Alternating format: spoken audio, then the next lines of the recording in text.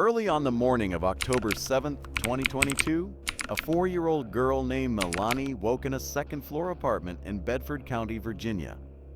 The home was quiet in the way. Homes can be quiet right before a day begins. Milani looked for her mother, Katlyn Lyon Montgomery, and found her in bed. Something was wrong. Milani tried to wake her. Katlyn did not respond. The child's words were simple, but they carried the weight of a nightmare. Mommy wouldn't wake up. In the same apartment, Katlyn's roommate, Jacob Piercy, realized the situation was beyond anything he could fix alone. At 5:35 a.m., calls began going out. Emergency help was already on the way. CPR was already being done. Katlyn was unresponsive. Katlyn Lyon Montgomery was 28 years old. She was known for bright hair and changing colors, for the way she stood out in a crowd, and for how easily she pulled people toward her. Friends described her as glitter, the kind of person who made ordinary moments feel louder and lighter. She loved shopping, dancing, and electronic music festivals. She traveled for them, chasing sound and energy, and in those spaces she moved like she belonged there. But her life was not only music and motion, she was a mother. Milani was the center of her world, and Katlyn built her days around providing, planning, and pushing forward even when things got hard. She worked full-time as a restaurant manager. She had been single, starting over, and looking for a new apartment where she and her daughter could feel safe. In early fall of 2022, that fresh start finally looked real. Katlyn and Milani moved into a new apartment. The building sat in a complex where neighbors could see one another's balconies and windows. The unit was on the second floor on the end of the building. Katlyn's family was glad she was close. Close enough to reach quickly, close enough to help. No one thought danger would arrive there. When the call came before dawn on October 7th, the people who loved Katlyn moved on instinct. Her mother, Crystal Sale, was pulled from sleep by the news that her daughter was unresponsive. Her aunt, Sherry Cox, was told to get there immediately because something was wrong. Another sister, Tina Hopkins, was far away in Hawaii, nearly 5,000 miles from home, when she was told Katlyn was unconscious and in grave condition. At first, the emergency response carried a familiar assumption: a young adult found unresponsive, a frantic call, a scramble for explanation. Questions came fast about drugs, about substances, about what she might have taken, what anyone might have given her. Crystal insisted there was no history of that kind of life. She did not believe her daughter was a drug user. She did not believe this could be an overdose. In those first hours, hope still existed because there were signs of life. CPR had been started. A heartbeat had been present. In the hospital, Crystal clung to the belief that Katlyn would wake up. Even when the mood around the room shifted, even when quiet preparation suggested the worst, Crystal refused to accept it. Then the truth changed shape. The injuries on Katlyn's body did not match the first assumption. Her neck and head showed trauma. The lack of drugs found at the apartment pushed the story away from accident and into violence. The marks on her neck told a different ending. Katlyn had been strangled. The realization landed like a second catastrophe. It meant someone had hurt her. It meant the last night of her life had not been a medical event. It had been an attack. In the apartment, there were no signs of forced entry. That detail narrowed the circle fast. The home had been shared with one other adult, Jacob Piercy, the roommate. He was the one who called for help. He was the one doing CPR. He was there when Milani realized her mother would not wake up. With no broken doors and no shattered windows, suspicion naturally leaned toward the person inside. But the apartment had already been disturbed. First responders had moved through it. Dogs had tracked across the rooms. And in the early moments, before anyone understood this was a crime, the family was given permission to clean. Bed sheets were washed, surfaces were wiped. The kind of cleanup that might feel like care in a crisis became later a loss of evidence. When the apartment was secured as a crime scene, it was no longer clean enough to speak clearly. Investigators searched for something that could have left the marks on Katlyn's neck. Wrapped in a comforter on the bed, a clue appeared: a multiple charging cord adapter with cords attached. The cords were consistent with the marks. The bed itself began to look like the place where the assault happened. But no fingerprints were recovered. No DNA was recovered, including from the cords. Time moved with a brutal speed. Doctors fought for Katlyn's life, but her injuries were catastrophic. After 29 hours, on the morning of October 8, 2022, Katlyn Lyon Montgomery was declared brain dead. Her family gathered around the reality they could not change. Tina arrived in time to help say goodbye. Katlyn fulfilled her final wish to be an organ donor. In the middle of grief, her family held onto her name, her face, her stories, and the life she built around her daughter. Milani, still a small child, had already stepped into a memory that would never leave her. She had woken in the dark and found her mother still. She had gone to get help. The last hours of Katlyn's life would become the first hours of Milani's new life without her. As the family tried to understand who could have done this, they searched Katlyn's relationships for answers. Katlyn had recently ended a romantic relationship. 10 days before the attack, she had broken up with her ex-boyfriend, Trenton Fry. The breakup was not quiet. It was the kind of ending that leaves echoes. Trenton lived 3 hours away in North Carolina. To people who did not know the full story, the distance might have seemed like protection. But distance is only protection when someone respects it. In January of 2022, Katlyn met Trenton on a dating app. On the surface, he presented himself as stable and successful. He claimed to own a security company and a construction company. He talked like a man with his life together. Katlyn wanted what many people want: a partner who would be supportive, who could be a father figure to Milani, and maybe one day a husband. Early impressions were strong. Family members were initially impressed. Friends saw a tall man focused on fitness, a man who looked like he had direction. But over time, cracks formed. People close to Katlyn noticed that he was around constantly, sitting on the couch for long stretches despite claiming to run 2 businesses. It became hard to match his story to his daily reality. Then the isolation began. Katlyn became quieter. She went out less. She spent less time with friends. The dancing and the social life that once defined her started to shrink. Trenton tracked her location on her phone.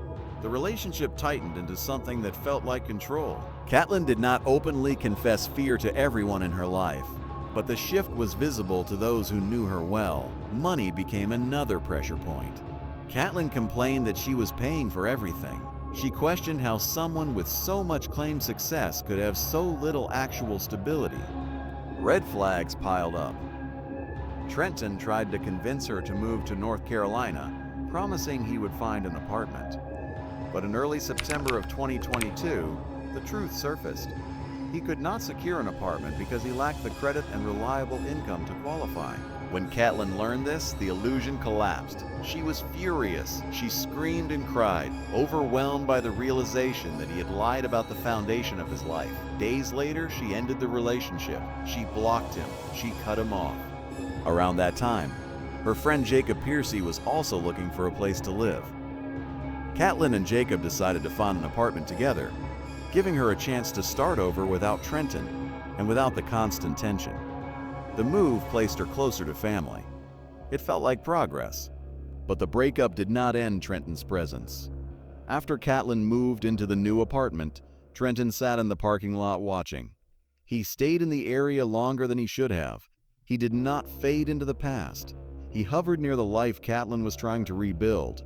In the days after Katlyn's death, the focus tightened around the people who had been closest to her. Jacob Piercy was scrutinized heavily at first. He had been in the apartment. He had called for help. There was no forced entry. And Milani, trying to explain what she saw, said something that sounded horrifying. She said, "My brother killed my mom." Brother was the nickname she used for Jacob Piercy. But the meaning changed when her words were understood through a child's eyes. Milani demonstrated the motion she saw. It was the motion of CPR, hands pressing down, the rhythm of rescue. She had witnessed Jacob trying to save Katlyn, not trying to harm her. The 911 call supported it. Jacob was doing CPR in real time. Effort could be heard. Desperation could be heard. And the more the timeline sharpened, the more Jacob began to look like a man trapped inside someone else's violence. As Jacob was cleared in the family's hearts, attention shifted toward Trenton Fry. After the initial contact with him, there was a sudden change. When investigators tried reaching him again a couple of days later, They learned he could not talk. He had checked himself into a mental health facility in North Carolina. The timing mattered. From there, the case began to pull a thread that led straight back to Bedford County. Digital location records showed Trenton's phone in the area of Forest, Virginia. Then came a more specific and unsettling detail. His device began pinging off a cell tower in Virginia on October 4, 2022. 3 days before Katlyn was attacked. He was not only in Virginia, he was in the area of Katlyn's new apartment complex. Neighbors noticed an unfamiliar man sitting at a picnic table for hours. One neighbor took a photograph of the stranger on the afternoon of October 6th, the day before the attack. The man in the photo was later identified as Trenton Fry. The location of that picnic table was not random. It provided a clear view down toward Katlyn's building. It was an elevated vantage point, a place to watch. Katlyn did not know she was being watched. On the same day the photo was taken, Trenton's SUV was recorded by surveillance pulling into a gas station near the apartment complex. Inside the store, he wore all black. Around that time, Trenton sent a message to Katlyn's Aunt Sherry asking about finishing floors. Sherry did not respond. The contact itself triggered alarm. She immediately called Katlyn. Katlyn unblocked Trenton just long enough to tell him to stop contacting her aunt. She reasserted the boundary she had already set. Trenton did not accept it. Messages between Katlyn and Trenton grew heated. He made it clear he knew she was living with Jacob Piercy, and he did not like it. Anger and jealousy were driving the words. The breakup was no longer just a breakup. It was rejection. And for Trenton, rejection became an obsession. That day, Katlyn called Jacob sounding frightened. She talked about going to her mother's house to pick up her pistol, the self-defense weapon she kept. She did not follow through. She stayed where she was. That night, life inside the apartment looked ordinary on the surface. Katlyn, Jacob, and Milani had dinner together. They watched TV. The day ended the way many days end, with tiredness and the habit of routine. Near midnight, Jacob heard a noise near the second-floor balcony. He pulled the curtains back to look. He did not see anything. He believed he locked the sliding glass door. But the sliding glass door lock was broken. That broken lock became a silent opening. Later, digital searches connected to Trenton revealed he had looked up the layout of the unit. Knowing the layout could have guided someone through an unfamiliar space. It could have guided someone to the bedroom. Sometime after Katlyn and Milani went to bed, Trenton entered. The attack was sudden and brutal. Katlyn was strangled in her bed with charging cords. The cords found on the bed matched the injuries on her neck. The assault happened while her daughter slept nearby. Then the attacker left. In the early hours of October 7th, Milani discovered her mother unresponsive. She alerted Jacob. Jacob tried to save her. He called for help. And the chain of events that began in the quiet darkness carried Katlyn to a hospital, where a family fought against the ending they did not want. Afterward, Trenton's behavior revealed fear. In the morning after the attack, his digital activity showed him searching for breaking news and checking for arrest warrants connected to his name. At the time, there were none. 13 days later, there was. Investigators traveled to the mental health facility in North Carolina. Trenton agreed to speak. He denied involvement.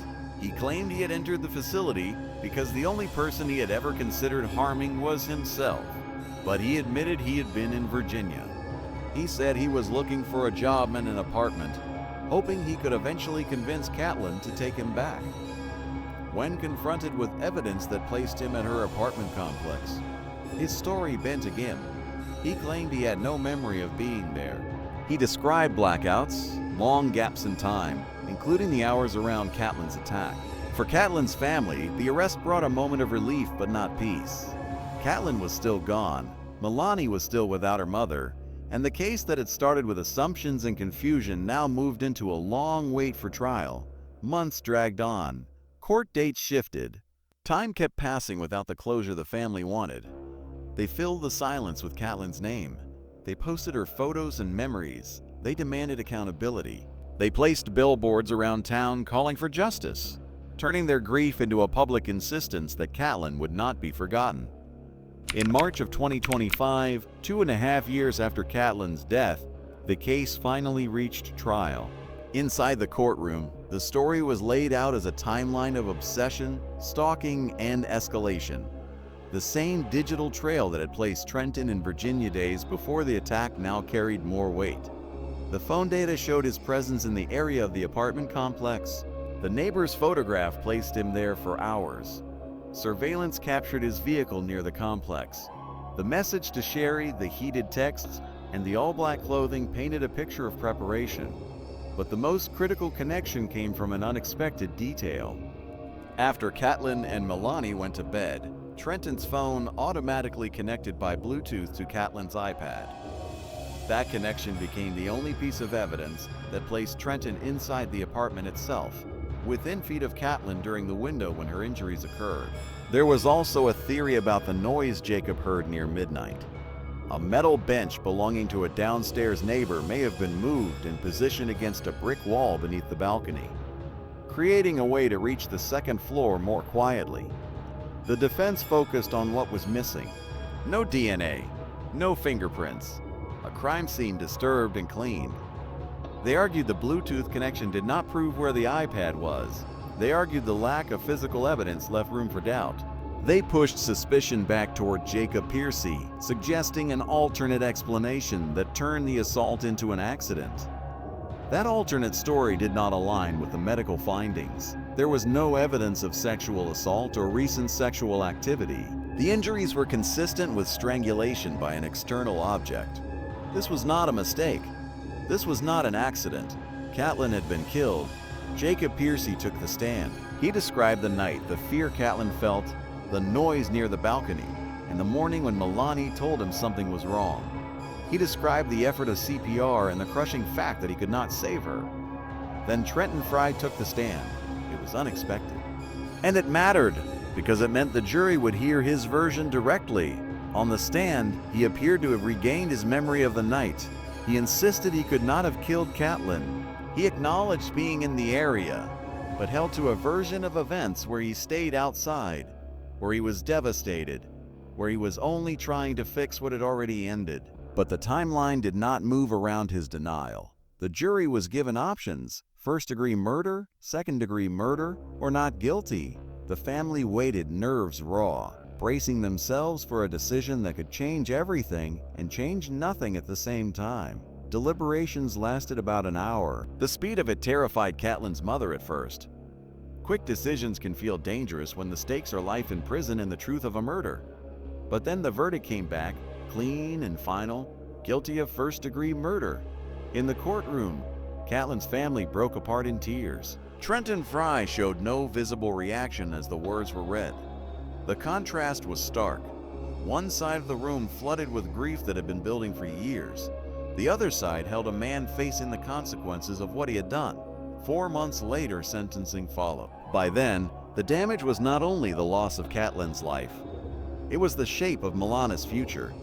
A child who had woken next to her mother's lifeless body now lived with fear of the dark and fear of what could come into a home at night. Katlyn's family spoke about the impact in plain terms. A life taken, a family destroyed, a child changed forever. The sentence was life in prison. Even with the sentence, the family understood the truth that never moves. A guilty verdict does not bring back a daughter. It does not bring back a mother. It does not erase the final night or the morning that followed. After the trial, the family's relationship with Jacob Piercy transformed. The early suspicion had been replaced by gratitude. They embraced him as someone who did everything he could, in a moment where time was already running out. He became part of their gatherings, their holidays, their attempts to rebuild something that could still hold. In Katlyn's absence, the family shifted roles to protect Milani. Crystal continued as a grandmother, holding on to routine and care. Sherry became Milani's guardian. Over time, Milani began calling her Mama, a name that carried both comfort and pain. The family worked to make sure Katlyn's name stayed present, not erased, not replaced. Milani would know her first mother through what Katlyn left behind. Katlyn kept journals. In those pages, she spoke to herself with honesty and determination. She wrote about work and motherhood and survival. She wrote about strength. She wrote about love. Her final entry focused on one central truth. She was loved. She deserved to be loved. She was worthy of love. Katlyn Lyon Montgomery did not die unseen. Her story did not vanish into a file drawer. It moved through a courtroom and into a sentence. And it stayed alive in the people who speak her name, raise her daughter, and refuse to let her life be reduced to the way it ended. And in the quiet moments when Milani grows older, when she reads those journals and learns who her mother was beyond the tragedy, Katlyn's voice remains where it belongs, at home, with her child and the life she built, and the love she never stopped giving.